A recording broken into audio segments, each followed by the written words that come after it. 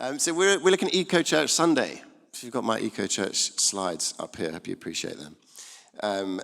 Today we're going to be thinking about three things, right? I want us to think about who is impacted by climate change, why should we care about this, and what can we do about it?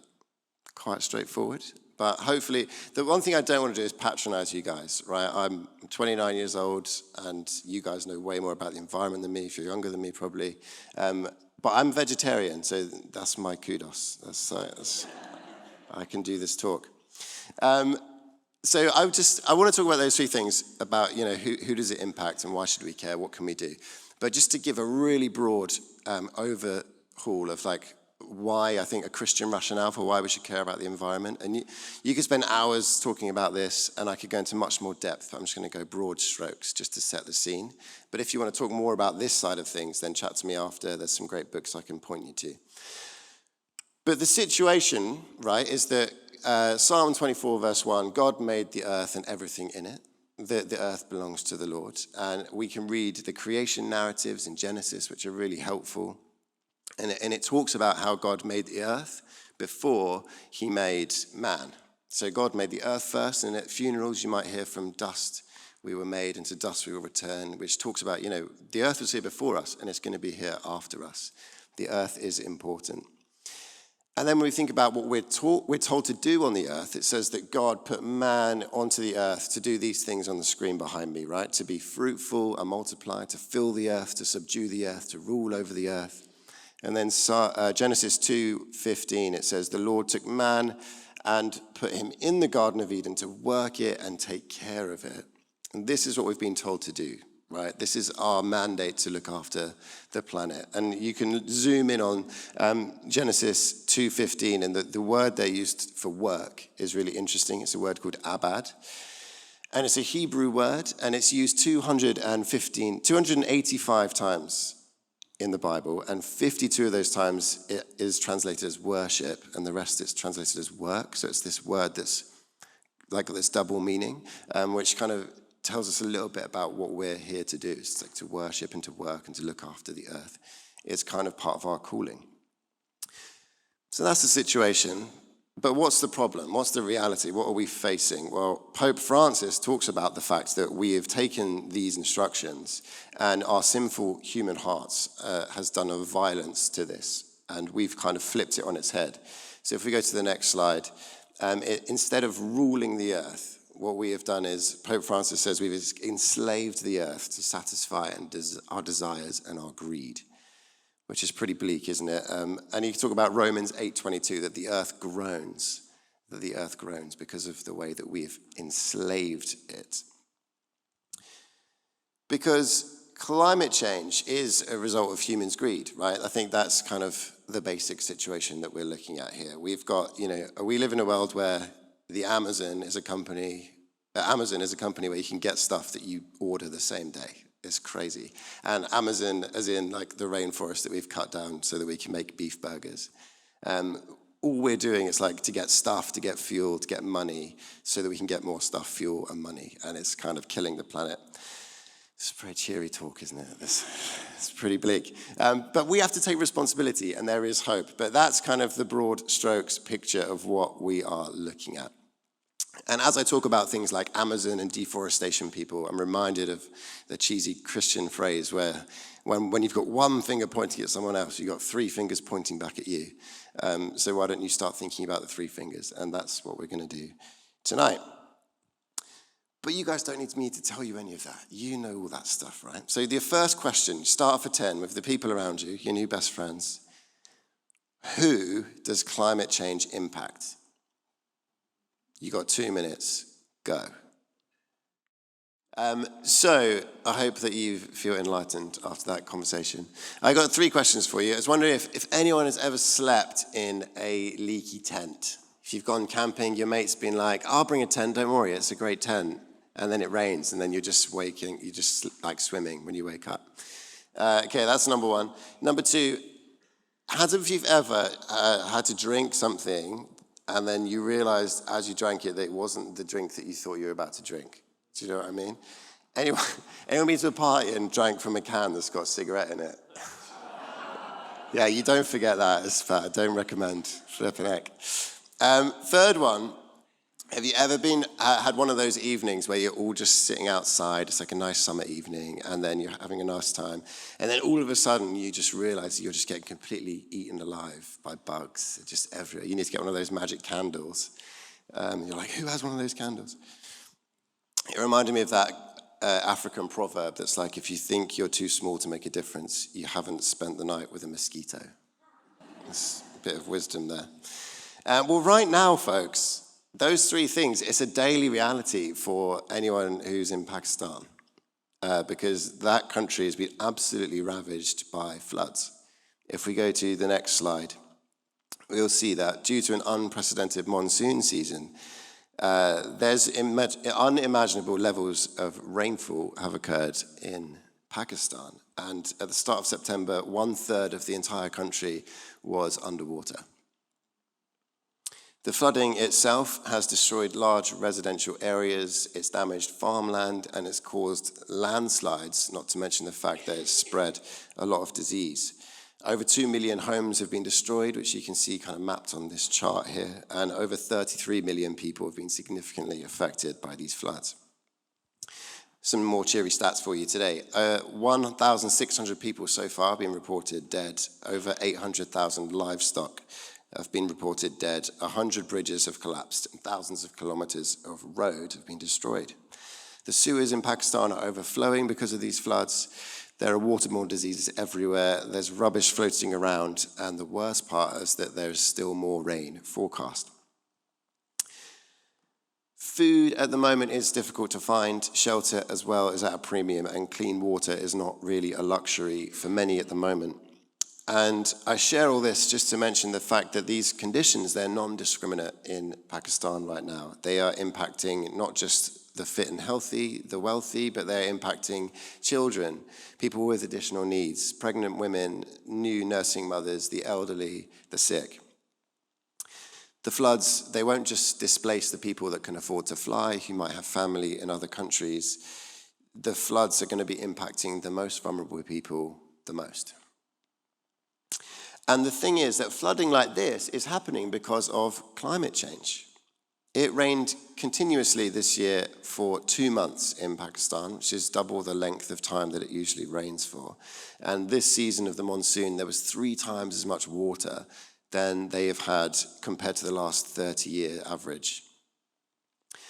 And what's crazy about this is that 3 months before the floods this year, it was 49 degrees in Pakistan, which is some of the hottest temperatures they've had recorded. And it means that the glaciers have melted from the Himalayas and from the Hindu Kush region and gone straight into the Indus River, partly causing some of this flooding. And like the ground is baked so hot that it doesn't absorb water in the same way. So the long and short of it, the point that I'm trying to make is that climate change impacts the vulnerable. Climate change is impacting some of the world's poorest people in some of the most horrendous ways. And unfortunately, the flooding in Pakistan is a prime example of that. And just to drive the point home, I've got a lovely video, 52 seconds of intenseness, but it's important stuff. Were you good on the video? For millions of people across the world, the changing climate means empty stomachs, lost livelihoods, and homes swept away. It's time for world leaders to deliver on their promises to address this. My name is Promise Salawu. I work with Tearfund Nigeria. In the northern parts, we're experiencing drought, we're experiencing heat waves. Many farmers are unable to farm anymore, leading to increase in poverty. In the south, we're experiencing rainfalls, flooding. People are losing livelihoods and their homes. And this makes me feel very sad. And as extreme weather events increase, many nations are being forced to divert money away from essential public services, such as healthcare and schooling, to protect themselves against the impacts of the climate crisis, a crisis they didn't cause. This is a huge injustice. Thanks very much. There are some really great resources on the Tearfund website if you want to read a bit more. But yes, on that note, I want to ask you a second question. And I want to ask you, if we got a new slide up for this question, why should we care? That's the really simple question.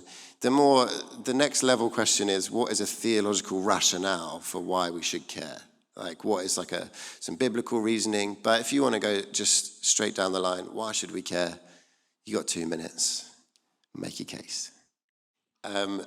Why should we care? I mean, it seems an obvious question, right?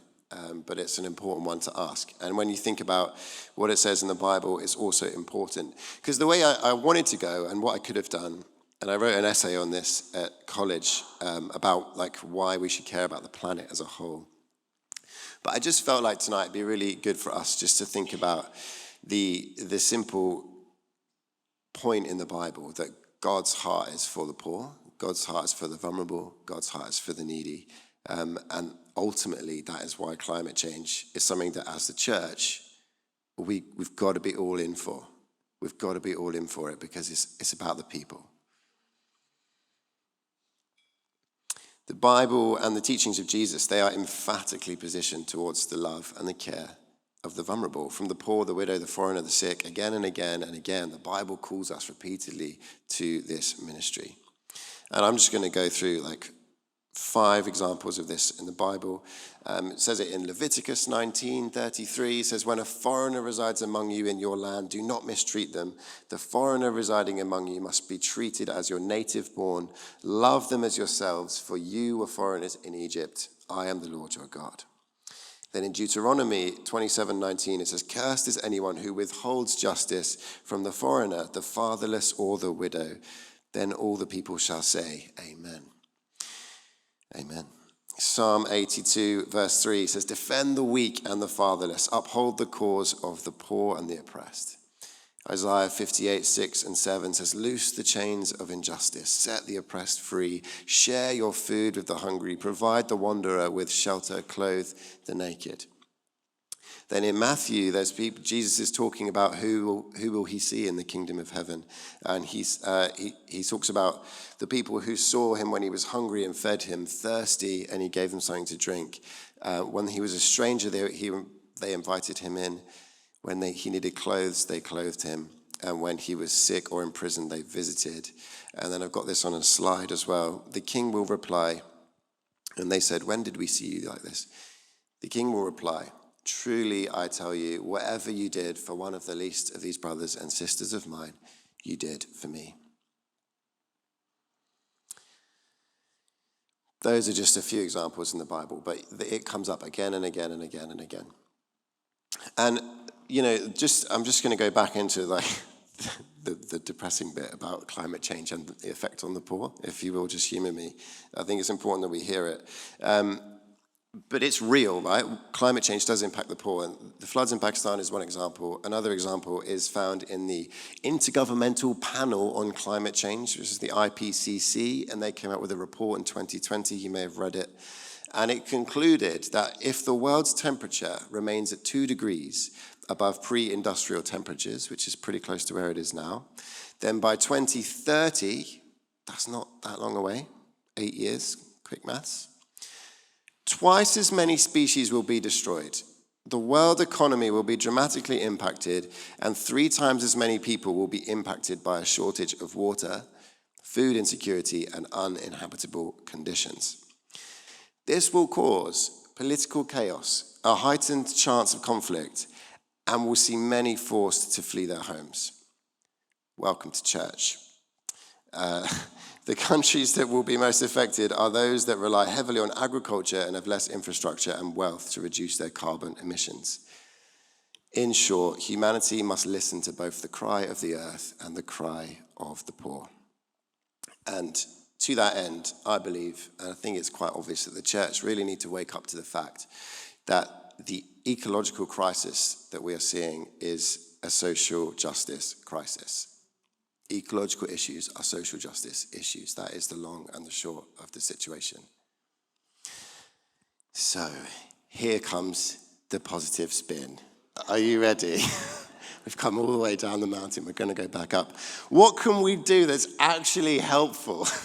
It's a question I'm sure you're screaming on the inside. So I'm going to let you answer it first, and then I'm going to take a stab, okay? 2 minutes. Go. I've got a mate who's like just vowed to never go on holiday again. He's like, I'm never going to get on a plane. I was like, bro, that's intense. You deserve a holiday. So hopefully that was helpful. Here's my one-liner, positive spin. You ready for it? The Lord reigns. It's going to be okay. It's all going to be fine. The big one, I want to say at this point that try not to panic. And I know personally, like you start to read this stuff and then you start to read a bit more and then you're just like, oh my gosh, this is a bit too much. It can feel like you're starting to have a bit of an existential crisis. But just know that like Christ gives us peace that surpasses understanding, that he's kind of walking with us every step of the way, that he knows exactly what's going on, he knows what's coming, like it's not a surprise to him. And he's got it and he's got us and it's going to be okay. Don't worry about it. The other thing that's cool that we can do and understand about God in the same kind of vein is like in Revelation 21 verse 5, it says, God says, in heaven, in this heavenly vision that John has, Christ sits on his throne. He says, behold, I am making all things new. I'm making all things new. And the whole narrative of the Bible is God, after we've fallen out of the Garden of Eden, it's this long journey all the way to Revelation, to the end times, to like where the heaven and earth are renewed and where God has restored the earth. And all along the way, it's God choosing people, working with people, walking with people who are just going to go and make things new in different parts and in different ways, kind of walking with him and rebuilding the earth to this point of being all things new. So God is this restorer, and we see this narrative and this theme coming up again and again of God restoring things. And that is the God that we get to partner with all things in life, including the climate crisis. He's restoring until he comes back, and he's inviting us to join that story of restoration. And we get the privilege of actually being able to pray about this. We're doing it not just off our own backs. Like I really feel for some of the Extinction Rebellion guys who are like, they can see that the earth has got a sell-by date if we carry on the way we are, and they don't believe in a God that's got it, right? I feel sorry for those guys because it's quite an overwhelming thing, but we've got God on our side, okay? And so do they. We need to tell them. But it's not too late because we've got this restorative God, and it's not too late scientifically as well, although some people probably know more than me about that. But the joy set before us is to work with God and to worship him. And it talks about it in Romans that, we live our lives as living sacrifices. And fighting the climate crisis is a sacrifice. It's a big machine. But there's stuff that we can do. So what I could do now is list a load of stuff that you can do, but I'm pretty sure you guys know. You can Google it if you're not sure of it. It's the simple things: transport, what you eat, what you do with your time, energy. The sort of things I'm talking about. I think the point that I want to say and express is that as Christians, like whenever we do anything, we've basically got to ask ourselves two questions. Like, is this thing going to honor God, and is it going to honor people? Like, is it loving God? Is it loving people? They're the two greatest commandments. Love the Lord your God with all your heart, soul, mind, and strength, and love your neighbor as yourself. And each of our actions plays into that kind of metric. Like, are we loving God? Are we loving people? And just apply that to your life and think about the climate crisis. But the other thing about the climate crisis is that we can do our bit and we can do it really, really well. But what we're hearing again and again from the people that know about this stuff is that it's not enough to be someone who, like, I know this guy called Jack Wakefield, Tear Fund, you might know him. He put all his rubbish for a whole year into like a 500ml plastic bottle. And he did like a waste-free year. You don't have to be Jack Wakefield, and it's not enough just to be, a room full of Jack Wakefields. You need to be what he does, which is do seminars up and down the country. Like, he advocates, he lobbies, and he campaigns, and he's telling people about it, because we need to be kind of spreading the news and reaching out to other people, which is kind of part of our mission, I think, is to be explaining to people what's going on in the world and how we can get involved. So there's some really easy and cool ways to do that. Just one example is a Tear Fund campaign called Time to Act. Is it Time to Deliver? There you go. I put it on the screen.